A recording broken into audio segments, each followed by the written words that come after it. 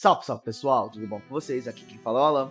E bom, hoje vou estar falando de Fate, e melhor, do Fate do Brasil, parte 3. Já tem 2 vídeos aí no canal, dá uma olhada.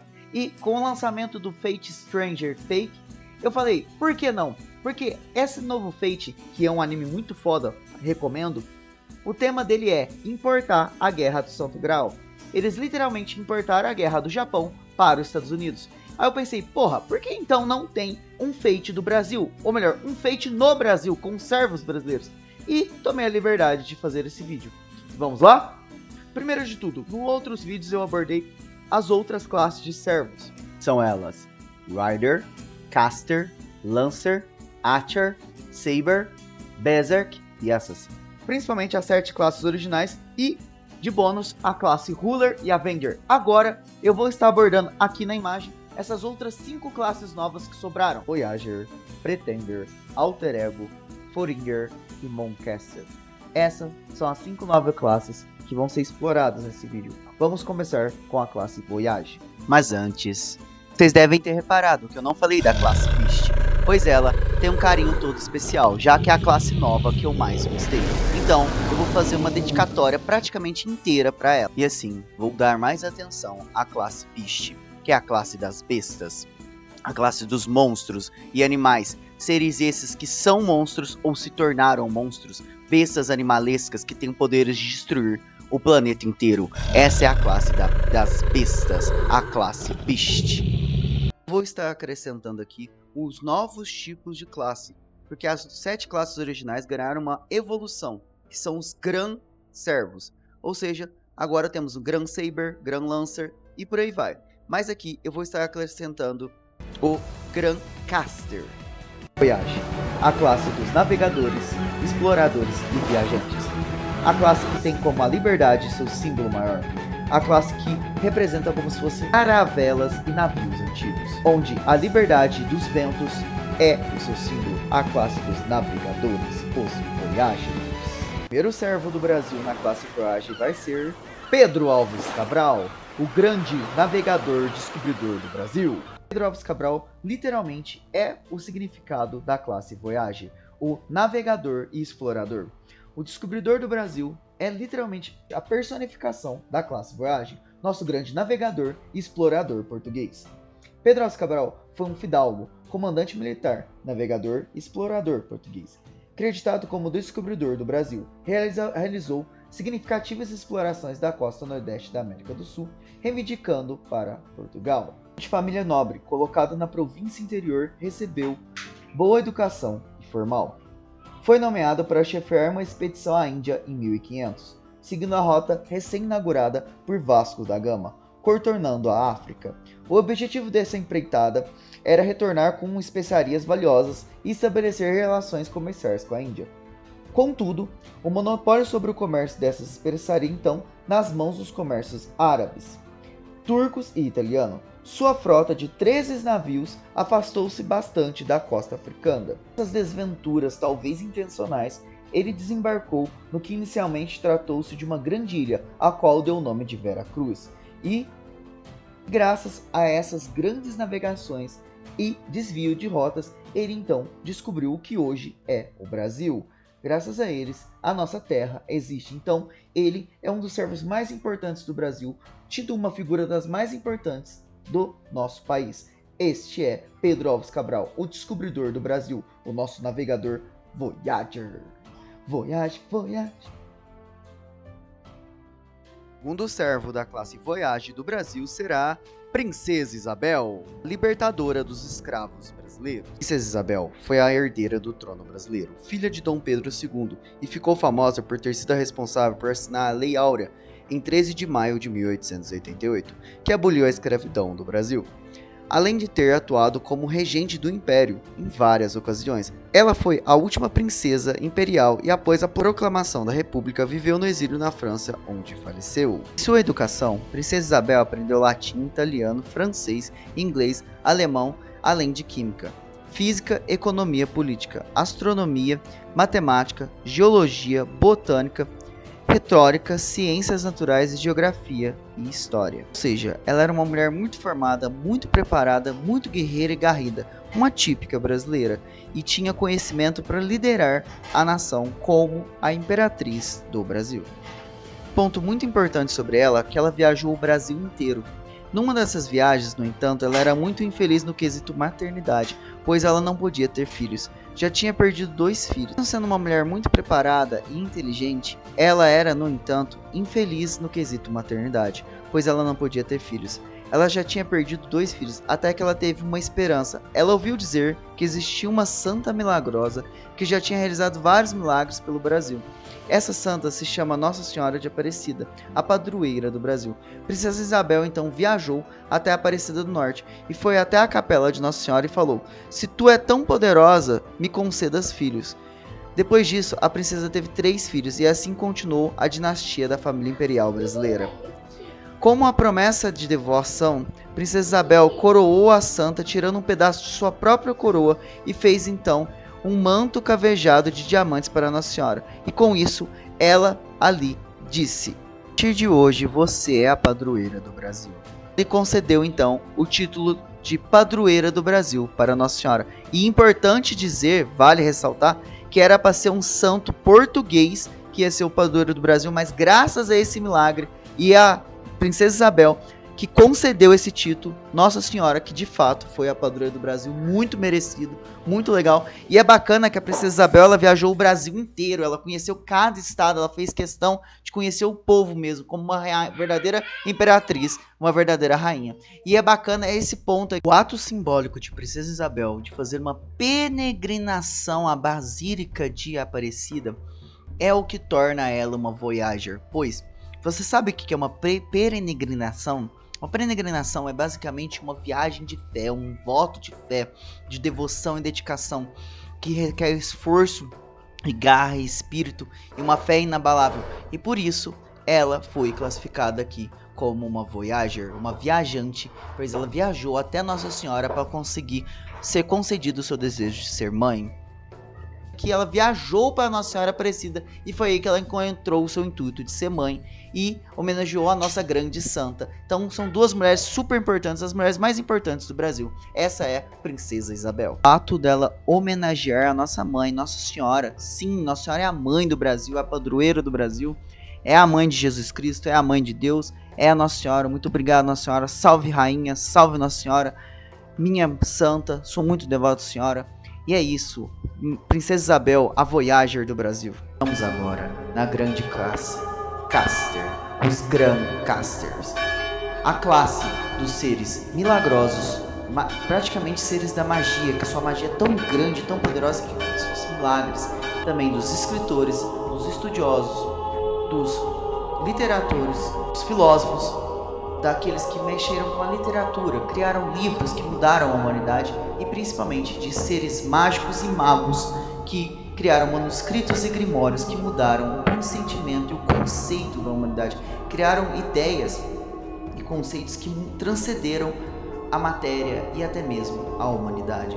Esses são os Grand Casters, seres mágicos, místicos e míticos que criaram magias e selos que mudaram a realidade, transcenderam o tempo, a matéria, pois em Fate você tem que saber que tem uma diferença em Manacraft e Mage de verdade. Manacraft é basicamente você craftar uma magia, você criar um atalho para fazer. Isso não é magia. Magia de verdade é isso que essa grande classe tem, é os feitos de mudar o tempo, de manipular o espaço-tempo que a ciência não pode criar. É algo que é realmente dito como magia.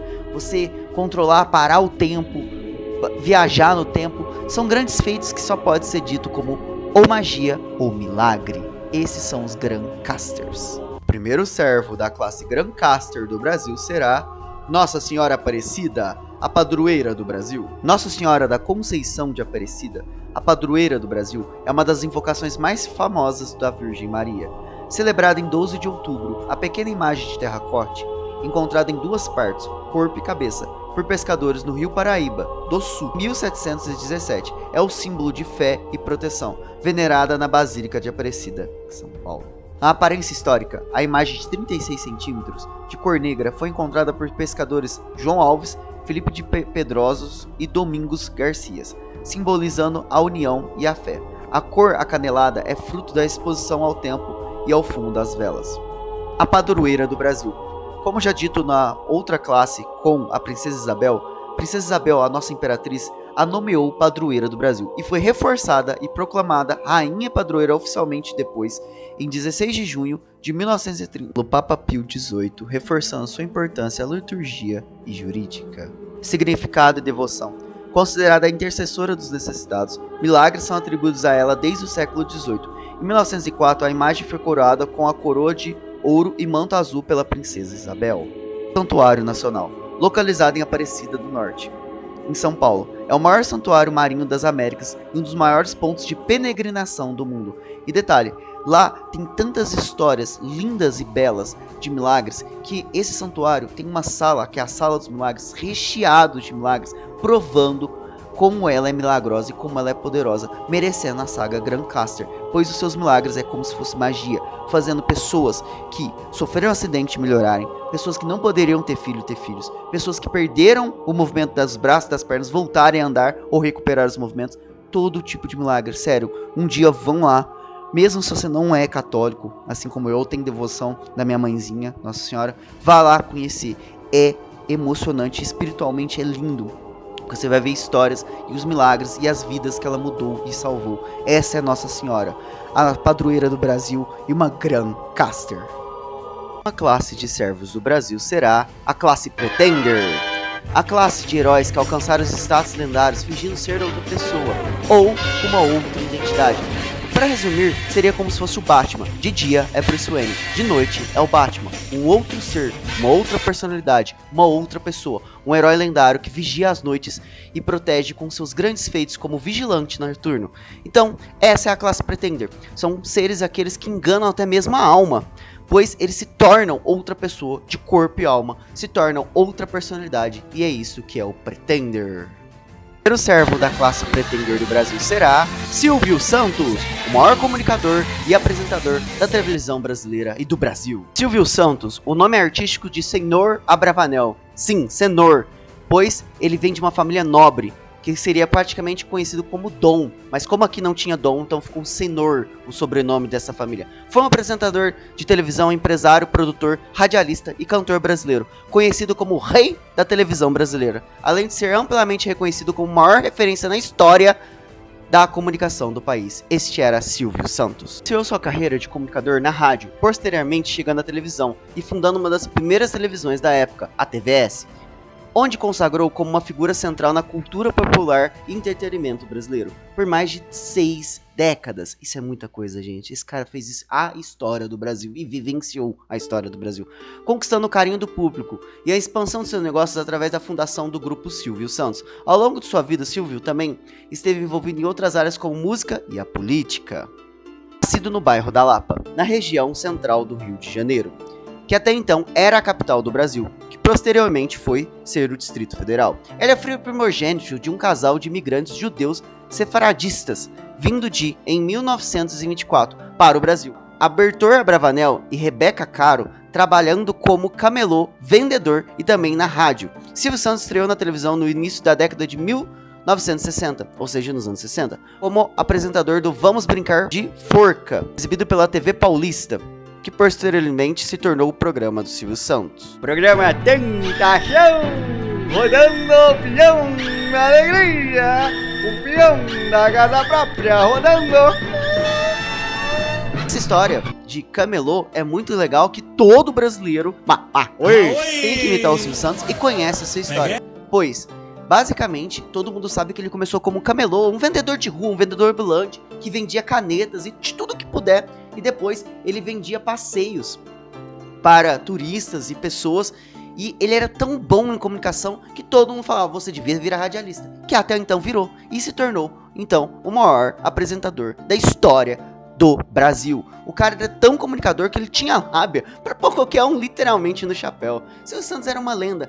Fora de casa, um bom pai de várias filhas, um homem exemplar, e dentro dos palcos, dentro dos programas, se tornava Silvio Santos, ou seja, é o Bruce Wayne de dia e o Silvio Santos à noite, o Batman. Basicamente ele mudava, então merecidamente, na classe Pretender, pois era uma outra personalidade, uma outra persona. Era ele em palco, Silvio Santos, o maior comunicador da televisão brasileira. Vai, quem quer dinheiro? Vem pra cá. O segundo servo da classe Pretender do Brasil será o Chorão, o grande vocalista da banda Charlie Brown Jr. Eu digo Charlie, você diz Brown. Charlie! Alexandre Magno Abrão, mais conhecido como Chorão. Sim, esse era o verdadeiro nome dele. Foi um rapper, cantor, compositor, skatista, cineasta, roteirista, empresário e músico brasileiro. E basicamente mudou a minha, a sua, a vida de todos nós. Pois o Charlie Brown Jr. literalmente tem uma música pra cada fase da sua vida. Sabe aquela fase que tu tá bad, mal, brigou com um amigo ou com a namorada, não sei o que? Tem uma música que vai te dar um conselho e te reerguer e te levantar. E sabe aquela fase também que você tá de boa, só curtindo a vida, como ele diria, vim aqui pra vadiar, tomar uma breja com os amigos, coletividade, todo mundo unido. Sangue bom é sangue bom, direto e reto, sempre, se tiver do meu lado, pode crer que é boa gente. Então, tá ligado? Tinha uma música também pra good vibe, aquela fase boa, aquela fase que você tá feliz, pronto pra curtir e tal. Então, sim, Charlie Brown Jr. é a melhor banda brasileira, e eu falo sem medo, porque é minha banda favorita, eu amo essa banda, é a melhor banda brasileira do Brasil, pois as suas letras e suas composições é atemporal, também não tem idade, desde a criança ao mais velho, que viveu os anos 2000, viveu a era do skate, é nóis, curte, sabe, é uma letra legal, construtiva, que tem uma mensagem bacana, uma mensagem que tipo assim, você fala, pô, isso sim mudou minha vida, isso sim foi uma puta mensagem que eu vou levar pra vida, tá ligado? Então, sério, Charlie Brown Jr. é a banda do Brasil com a melhor letra e composição musical que tinha. Mano, sério, Charlie Brown é foda, o Chorão era foda, o cara era muito lenda. Vamos lá. Alexandre Magno Abrão, nascido em 9 de abril de 1970 em Tremembé, faleceu em São Paulo, dia 6 de março de 2013. O Brasil perdeu um grande músico, um grande artista e uma grande pessoa nesse dia. O Chorão sempre foi um garoto de rua, amigo da vizinhança, com a infância difícil e pobre, notas baixas na escola e com sua mãe doente por causa de um derrame, ele foi pra rua e encontrou sua paixão, o skate. Porém, ele não conseguia andar e se equilibrar no skate. Por conta disso, chorava muito, e por conta disso, o apelido dele é Chorão, colocado pelos amigos que ensinou a andar de skate. Relatos de amigos deles naquela época, lá no Ibirapuera, quando ele começou a andar de skate, que ele só chorava, que ele me ensina a andar e tal. Foi daí que surgiu o apelido Chorão. Mano, muito legal. Chorão sempre foi muito intenso e justiceiro, sempre encarando quem o humilhava ou desfazia de quem ele gostava. Ao longo de sua vida, ajudou muita gente, amigos, famílias e crianças vulneráveis. Subia a favela para levar doações, inaugurou o Chorão Skate Park para incentivar as crianças a saírem das drogas e irem andar de skate, praticar um esporte. Foi isso que o tirou do perigo das ruas e ele tentou assim tirar várias crianças das ruas, ajudando elas, fazendo bem, fazendo boa ação. Como ele também diria, difícil mesmo é ser soldado da paz. Cara de mal, parceiro, qualquer um faz. Difícil mesmo é ser soldado da paz, é correr e é nego, noite e dia. Na chuva, no sol, na tristeza e na alegria. Problemas todos eu tenho também, mas graças a Deus não devo nada a ninguém. Essa era uma das frases que mais me marcou do Charlie Brown, do Imunidade Musical e do Chorão. Pois ele dizia, o mais difícil é ser soldado da paz, ou seja, o mais difícil é fazer o bem, é fazer algo por alguém sem querer nada em troca, sem querer nada de volta, sabe? Machucar alguém é fácil, quero ver curar, isso é difícil. E o Chorão tinha esse dom, tinha esse talento, ele fazia muito bem. Então, merecido, Chorão. Fundou o Charlie Brown Jr. em 1992. A banda surgiu em Santos, vindo de Santos, como ele já diria, vim de Santos, seu Charlie Brown. E a banda surgiu com os seus amigos, tipo, o Champion e ele, todo mundo ali, andando no carro até que eles atropelaram uma banca de jornal. A banca é essa chamada Charlie Brown. Charlie Brown Jr. foi uma das bandas mais influentes do rock brasileiro, formado em Santos em 1992 por Chorão, Champion, Marcão, Thiago Castanho e Renato Pelado. Com a influência do skate punk, reggae, hardcore, de tudo um pouco, rap, punk rock, enfim. Os caras eram lenda, mano. O grupo conquistou os anos 90 e 2000. Falei, o movimento anos 90 e 2000, o movimento do skate ali, radical, pá. Skateboard na veia, rock and roll até a alma. Quem tá comigo faz barulho e bate palma. Lançando 10 álbuns de estúdio, 3 ao vivo e 7 DVDs. Suas letras abordavam questões sociais, a vida nas ruas e temas cotidianos com um estilo único. Único mesmo, fez história. A banda encerrou suas atividades em 2013, após a morte do vocalista Chorão, seguido da morte do baixista no mesmo ano, Grande Champion. Sucesso. Com Transpiração Continua prolongada em 1996, a banda estourou consolidando-se com o Acústico MTV em 2003. Meu, tu não sabe o que aconteceu? Os caras do Charlie Brown invadiram a cidade. Chama sua mãe, chama sua sogra, chama todo mundo, couro, vai, couro. Dança e estilo. A formação passou por alterações em 2005. Foi aí que se lançou um dos melhores álbuns da banda, o Imunidade Musical. Nossa, literalmente a pegada mais rock pesada, literalmente tem isso nas costas, tá ligado? Quando Marcão, Renato e Champião saíram da banda, retornando depois, marcando fases e a influência que levou ao Imunidade Musical. Obrigado. A banda é lembrada como um ícone da cultura jovem brasileira, com letras que se tornaram hinos sobre a autenticidade, rebeldia, felicidade, loucura, curtir, mano, simplesmente também significou juízo, responsa, ensinou essa molecada aí a ter um porta-voz, uma âncora, alguém, uma letra para poder construir, para nos dias ruins, como diria Chorão, dias de lutas, dias de glória, histórias, nossas histórias, dias de lutas, dias de glória. Então mesmo se você tem dias de luta, a banda tava lá com as suas letras marcantes para te dar um conselho, para te dar um ombro amigo, uma palavra amiga. Como eu também já diria, alguém já te perguntou como é que foi seu dia, uma palavra amiga, uma notícia boa. Isso faz falta no dia a dia e a gente nunca sabe. Então, a banda veio para fazer a diferença com o seu legado, com suas letras. Cara, não tem como. Tem uma letra do Charlie Brown para cada fase da sua vida, para cada momento da sua vida, para poder te construir, te moldar e te melhorar como pessoa e como ser humano. Cara, Charlie Brown Jr. é uma lição de vida. Eu tenho a habilidade de fazer histórias tristes virarem melodia, eu vou viver no dia a dia. E ele tinha essa habilidade de fazer qualquer história virar melodia. Esse era Chorão, vocalista da banda Charlie Brown Jr. E nos palcos ele se tornava outra pessoa, então merecido a classe Pretender, porque ali ele virava o Chorão, ele não era mais o pai de família, avô Alexandre Magno Abrão, ele era o Chorão, um skatista, vocalista e o dono, praticamente o dono da banda Charlie Brown Jr. A próxima classe de servos brasileiros será Alter Ego, os espíritos alternativos. A classe Alter Ego é uma classe extra de servos não padrão, composto por seres que são separados de outros, diferente dos alter egos servos que a gente viu em outros feitos, como exemplo, o Fate Haven Fins, que lá temos a CB Alter. Aqui é completamente diferente, pois os Alters são basicamente a versão alternativa, o próprio nome já diz, é uma versão alternativa daquele espírito heróico, geralmente a sua versão maligna. Então, como a gente viu com a Saber, ela é pura, justiceira e uma heroína. Na sua versão Alter é maligna, sombria e das trevas. Então é o sentido alternativo. Já que os Alter Egos são um fenômeno completamente diferente, onde uma persona desse espírito heróico realmente ganha independência como uma identidade separada, ou seja, realmente vira um outro ser, um ser completamente diferente do espírito heróico. Essencialmente são personificações das emoções, desejos ou traços de personalidade do ser original que desenvolvem mentes próprias.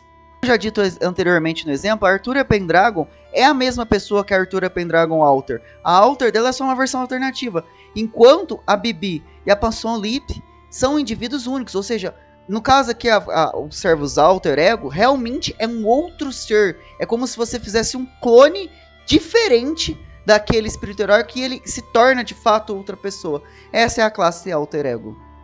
A primeira serva do Brasil na classe Alter Ego será Maria Quitéria, uma guia da Umbanda, figura histórica do Brasil e uma heroína do Brasil. Ela é basicamente a Joana Dark do Brasil, só que melhor, porque aqui é Brasil! Maria Quitéria, em 1821, fugiu da fazenda em que morava com a família e, assumindo uma identidade masculina, alistou-se no Batalhão de Voluntários do Príncipe para poder lutar pela independência do Brasil, ou no Regimento de Artilharia, e alcançou o primeiro cadente, sendo assim a primeira mulher brasileira militar. Isso é importante, isso tem que valorizar. Ela foi a primeira mulher brasileira e atuou no Regimento de Artilharia e alcançou o primeiro cadete, sendo assim a primeira mulher brasileira militar. Isso tem que valorizar, isso tem que ser valorizado e enaltecido. Ela de fato foi a primeira mulher a ser militar e muitas vezes não é lembrada, e a nossa cultura às vezes nem cultua ou homenageia essa honraria. Ela foi de fato a primeira mulher brasileira militar, então ela tem que ser lembrada, ela tem que ser cultuada e principalmente as pessoas têm que ensinar isso nas escolas, viu? Após a guerra foi condecorada como a Imperial Ordem do Cruzeiro pelo Imperador Dom Pedro I.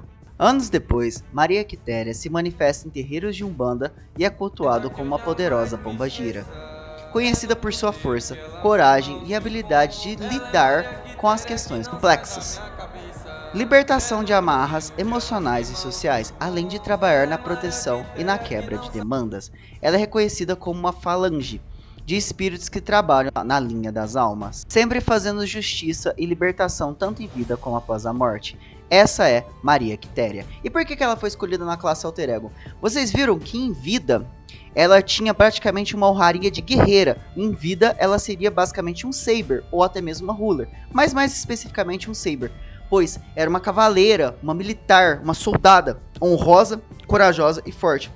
Mas após sua morte e se tornar um guia da Umbanda, principalmente uma pombagira, ela praticamente se tornou um novo ser, um alter ego, tendo uma nova personalidade e um novo tipo de trabalho, trabalhando nas guias emocionais, ou melhor, na linha das almas e falange de espíritos, basicamente trabalhando nas libertações de amarras emocionais e sociais, fazendo um trabalho completamente diferente do que ela era em vida. Então ela se tornando assim outra pessoa, se tornando uma alter ego do Brasil. Vamos agora na classe Mon Cancer. A classe Mon Cancer é uma classe de servos extras não padrões. Basicamente, é o irregular que ameaça o mundo da lua. Esse é os Mon Cancers. Se fosse para explicar os Mon Cancers, basicamente seria, sabe aquela tia da astrologia que entende sobre signos, ascendente, tal signo do elemento ar, tal signo do elemento fogo, e também aquela espiritualidade, aquela tia espiritualista que entende das pedras, ágata de sol e tudo mais, e as fases da lua, o quanto que a lua pode influenciar na gente, como, tipo, cortar uma planta na lua cheia, faz crescer o cabelo também, influencia no nosso humor, no nosso cabelo, pois a gente pode cortar o cabelo em lua cheia, minguante, e assim por diante, e aí pode fazer o cabelo crescer mais, menos, ralear, enfim, é isso que representa os Mon Cancers, é os irregulares que ameaçam o mundo da lua, ou seja, que estão ligados à lua de alguma forma também, e à astrologia. Então, é uma classe bem legal, esses são os Mon Cancers. A primeira serva da classe Mon Cancer do Brasil será Mãe de Ná, a vidente e adivinha do Brasil. Benedita Finanza, mais conhecida como Mãe de Ná, foi uma importante vidente brasileira. Após adquirir fama com as suas previsões na década de 1990, teve uma passagem pela TV, Gazeta, e foi candidata a vereadora pela cidade de São Paulo em 1996. Tornou-se nacionalmente famosa ao aparecer em público no início dos anos 90, revelando várias previsões por ter sido apontada pela mídia como vidente pessoal do presidente Fernando Collor de Mello. Há quem previu que faria um ótimo governo. Após isso, em 1996, ela teve muita exposição em programas de televisão, supostamente por ter previsto acidentes fatais dos Mamonas Assassinas. Também ficou conhecida por errar a previsão de Ayrton Senna, que segundo ela, ganharia a corrida, mas acabou morrendo. Em 1996, Mãe de Ná ganhou um programa diário de 3 minutos na Gazeta, no qual era exibido pela manhã, fazia consultas, previsões, enfim, ela era muito legal, muito espiritualista. A atração ficou apenas uma semana no ar, já que coincidiu com a época de sua candidatura a vereadora de São Paulo. A vidente morreu no dia 3 de maio de 2014 por falência de múltiplos órgãos. E o bacana da Mãe de Ná é que ela fazia umas previsões, umas vidências muito loucas que a maioria se concretizava. E assim, ela era rica em detalhes, era uma ótima vidente. E tipo, ela fechava os olhos assim, tá passando um trechinho dela aí. Ela fechava os olhos assim e ela falava certinho tudo o que ia acontecer. Então, por esse lance, como eu expliquei na classe Mon Cancer, espiritualista, da astrologia ou mediunidade, e espiritualidade mesmo, de ler tarô, ler pedra mágica, vidente, mentalista, toda essa pegada vai entrar aqui na classe Mon Cancer. Então, merecido a classe Mon Cancer para Mãe de Ná, a nossa Foringer do Brasil. Segunda serva da classe Mon Cancer do Brasil será Márcia Sensitiva, a sensitiva mais adorada do TikTok e das redes sociais.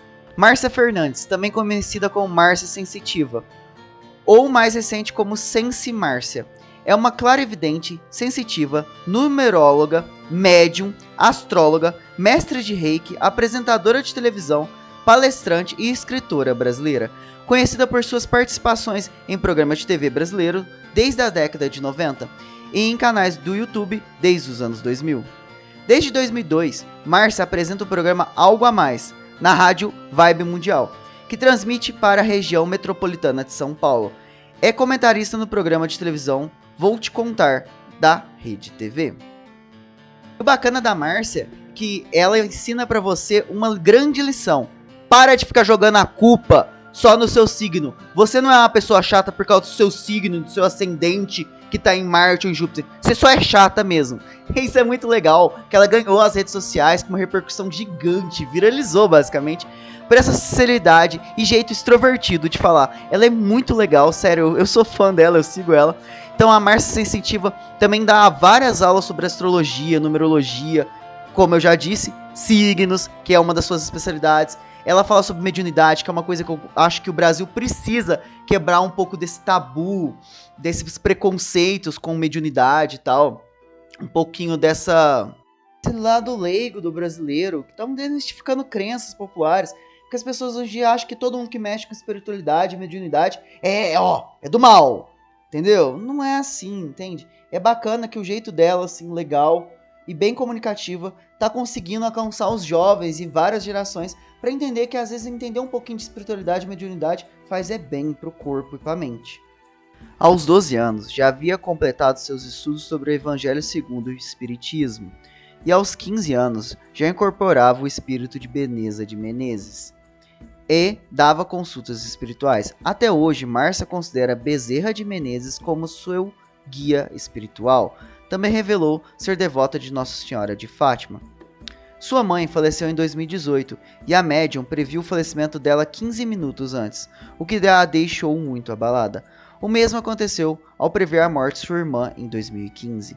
Dentre as previsões que acertou, Márcia Fernandes previu a morte de Ricardo Bochetti, o resultado da Copa do Mundo da FIFA de 2014.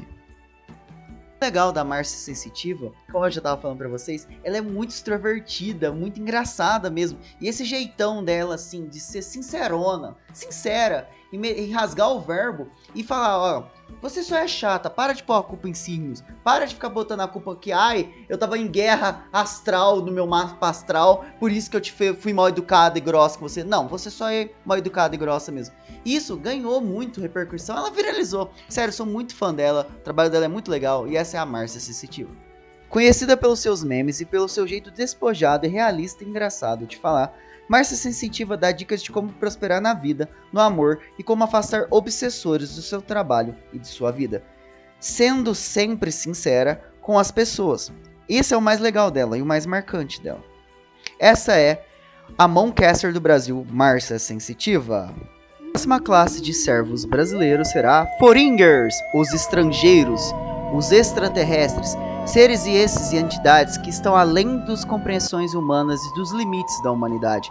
Entidades essas que vêm de outras dimensões diferentes, estranhas, que não conseguimos compreender. São basicamente os aliens, os extraterrestres e todos aqueles que não pertencem à nossa dimensão.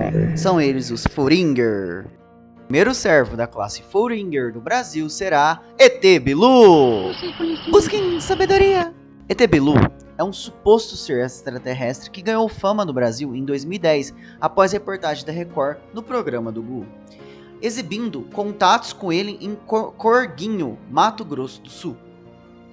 A aparência e mensagens de Bilu eram descritas como um ser pequeno, de voz fina, que aparecia em meio a plantações e se comunicava em português. A frase "busquem conhecimento" tornou-se um dos maiores memes mais conhecidos da internet brasileira até hoje. Origem: o ser aparecia na fazenda da organização da Quilha Pesquisas, comandada por Urandir Fernandes de Oliveira, que afirma ter contatos paranormais, conexão com Ratanabá.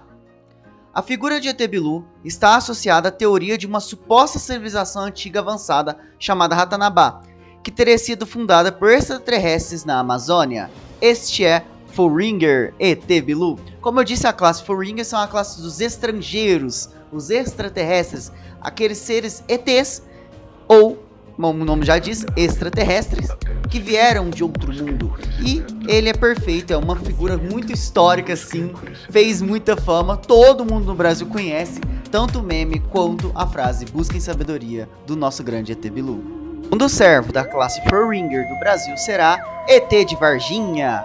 Esse aí fez o terror dos anos 90 e 2000, o terror. ET ET de Varginha refere-se a uma série de supostos avistamentos de criaturas extraterrestres em Varginha, em Minas Gerais, em janeiro de 1996, tornando a cidade um ícone da ufologia do Brasil. O relato principal envolve 3 jovens que avistaram uma criatura com olhos vermelhos e pele marrom, seguido por relatos de movimentação militar à captura do ser. Relatos não confirmados e oficiais mencionam que uma criatura foi levada a um hospital regional e posteriormente a Campinas, São Paulo, para exames.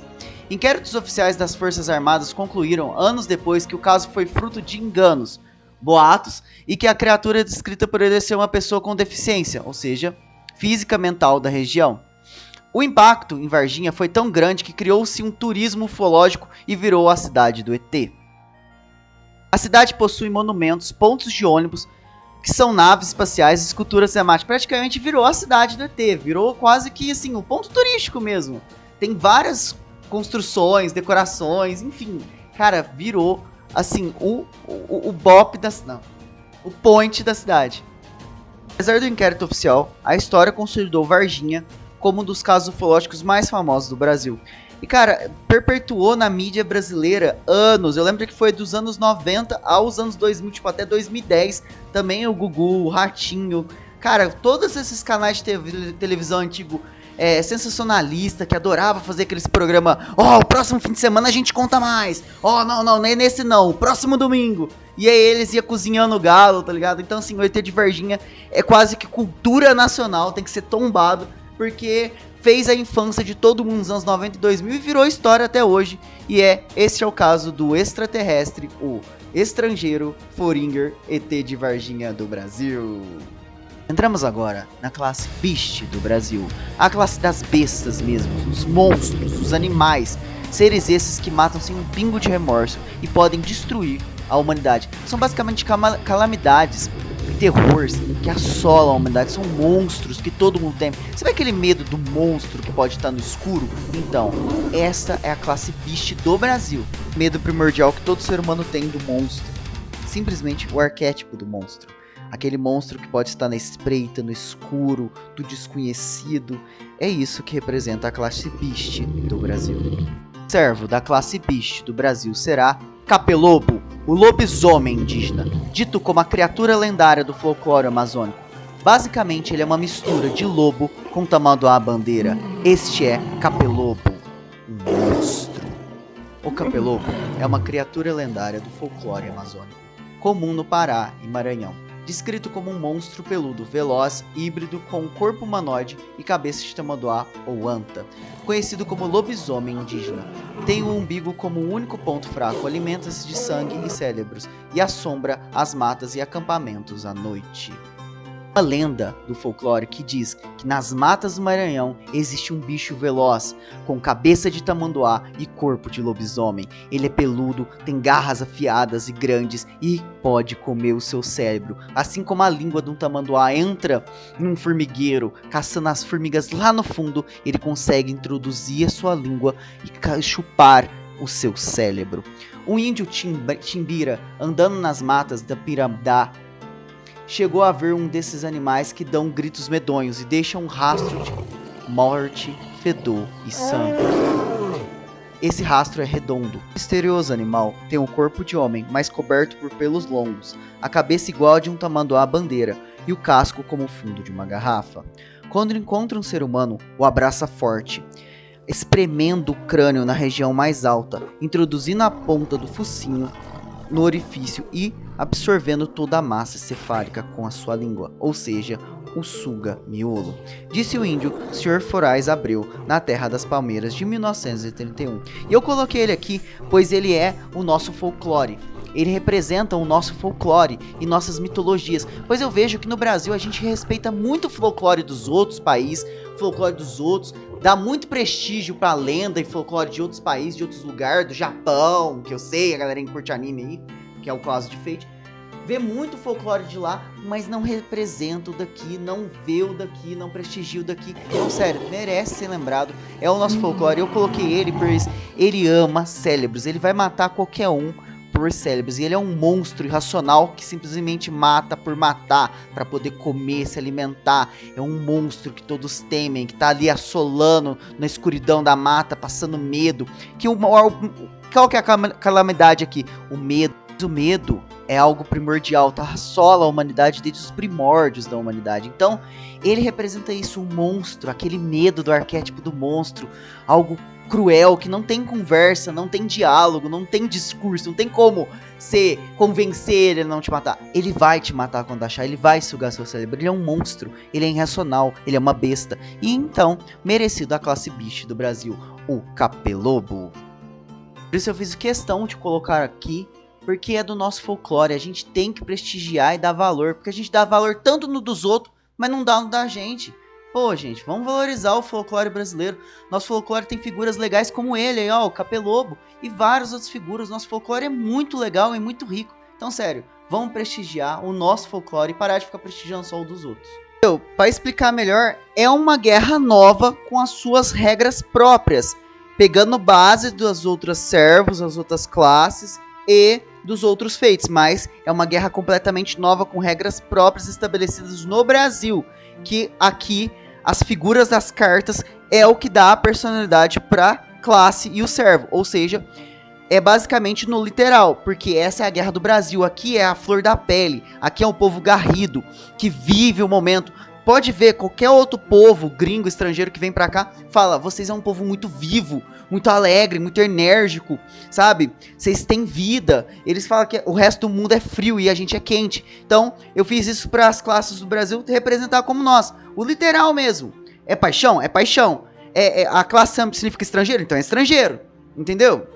Pra ficar bacana. Pra dar uma identidade própria e única pra Guerra do Santo Graal do Brasil. Entendeu? Se for pra copiar os outros feitos, seguir certinho todas as regras e padrões estabelecidos pelos outros feitos, então é só mais uma guerra genérica. Não, pra ter sua originalidade e sua identidade própria, eu fiz isso para a Guerra do Brasil ser melhor. Assim como é o Fate Stranger Freak, que é uma guerra nos Estados Unidos, que foi importada do Japão para os Estados Unidos, e lá tem regras próprias, uma identidade própria, todo um conceito próprio. Tem um apóstolo morto que virou mestre. Então assim, foge um pouco do padrão, foge um pouco da regra, e é isso que eu quero dar pro Brasil, fugir do padrão da regra e ter sua identidade própria. Espero que vocês tenham gostado do vídeo. Curta, comentem, compartilha. Deu muito trabalho pra fazer, sério. Levou dias, semanas, na verdade meses, pra editar esse vídeo. Fiz com paixão, com carinho, dedicação, porque eu amo o Fate, eu amo essa franquia. E eu acho que o Brasil merece ter servos brasileiros em Fate, porque tem servo de todas as nacionalidades, de todos os países, menos do Brasil. Ô Type Moon, vamos acordar e fazer um Fate aí do Brasil, ou um servo do Brasil, ou vários servos. Tinha que fazer umas guerras de Santo Graal, igual eu tô fazendo aqui no vídeo, do Brasil. Deixa o recado aí, vamos fazer até uma abaixo-assinado, se puder, uma campanha, enfim, pra chegar na Type Moon, pra ver se ela faz, porque o Brasil merece atenção. A gente é o maior consumidor de animes, mangás e novelas da história, e eu tenho certeza que eles gostam de nós. E é isso aí, galera, tamo junto, é nóis.